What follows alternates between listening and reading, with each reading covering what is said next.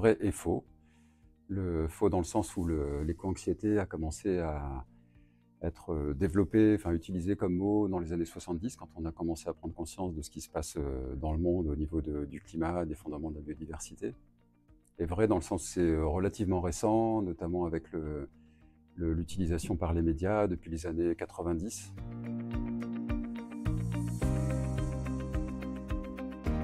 L'éco-anxiété n'est pas une maladie. C'est une réaction normale, on peut le considérer comme une réaction normale, une forme d'écolucidité liée à un monde de plus en plus instable avec des destructions de la biodiversité, des dynamiques sociales aussi.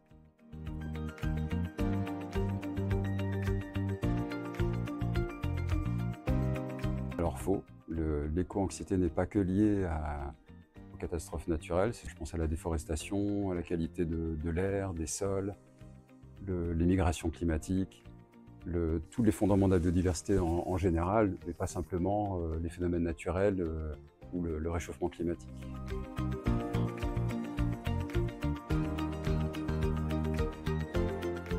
C'est un phénomène normal de se sentir éco-anxieux par rapport à ce qui se passe dans le monde.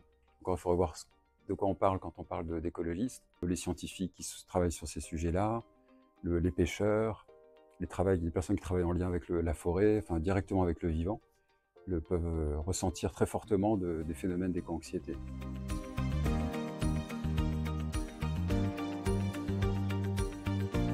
Alors faux, les enfants peuvent être touchés par de l'éco-anxiété, peuvent vivre difficilement.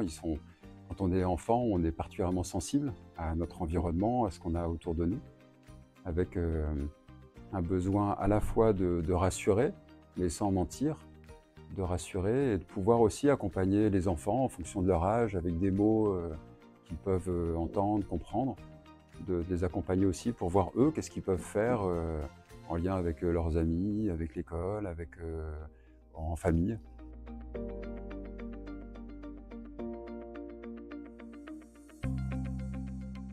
Dans beaucoup d'études, ça peut ressortir, le fait que les femmes vont exprimer davantage leur éco-anxiété.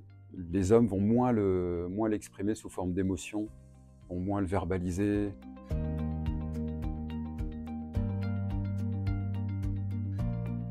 Alors je dirais faux, on peut agir par rapport à l'éco-anxiété. Déjà, le premier aspect, c'est d'entendre, d'écouter, de prendre ce temps-là, de ralentir pour vraiment sentir comment ça vient nous chercher, cette éco-anxiété. Ça peut être une manière aussi de se retrouver ensemble, de se dire voilà, je me sens suffisamment éco-anxieux, toi aussi, et ça permet de discuter, d'engager des actions aussi en lien avec le vivant au sens large.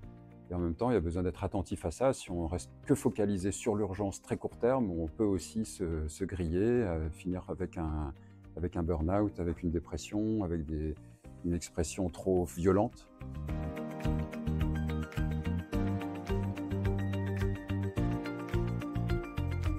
Ouais, s'engager dans les actions environnementales, oui, ça peut réduire l'éco-anxiété. En tout cas, ça permet davantage de vivre avec. Parce que l'idée, justement, c'est pas forcément de perdre cette dimension d'éco-anxiété. Comme toute angoisse, en quelque sorte existentielle, ça peut mettre aussi du piment, ça nous pousse à agir, à nous engager.